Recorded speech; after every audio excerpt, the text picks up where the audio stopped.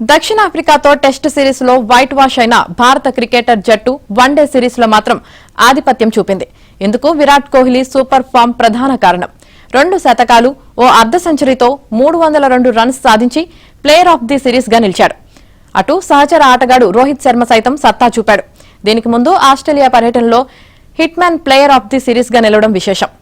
ఈ వెటరన్ల ప్రదర్శనపై ప్రధాన కోచ్ గౌతమ్ గంభీర్ ప్రశంసలు కురిపించాడు. రోహిత్, విరాట్ నైపుణ్యం కలిగిన ఆటగాళ్లే కాకుండా వన్డే ఫార్మాట్ లో ప్రపంచ అగ్రశ్రేణి క్రికెటర్లని అన్నారు. వారి అనుభవం డ్రెస్సింగ్ రూమ్ లో చాలా కీలక పాత్ర పోషిస్తుందని అభిప్రాయపడ్డారు.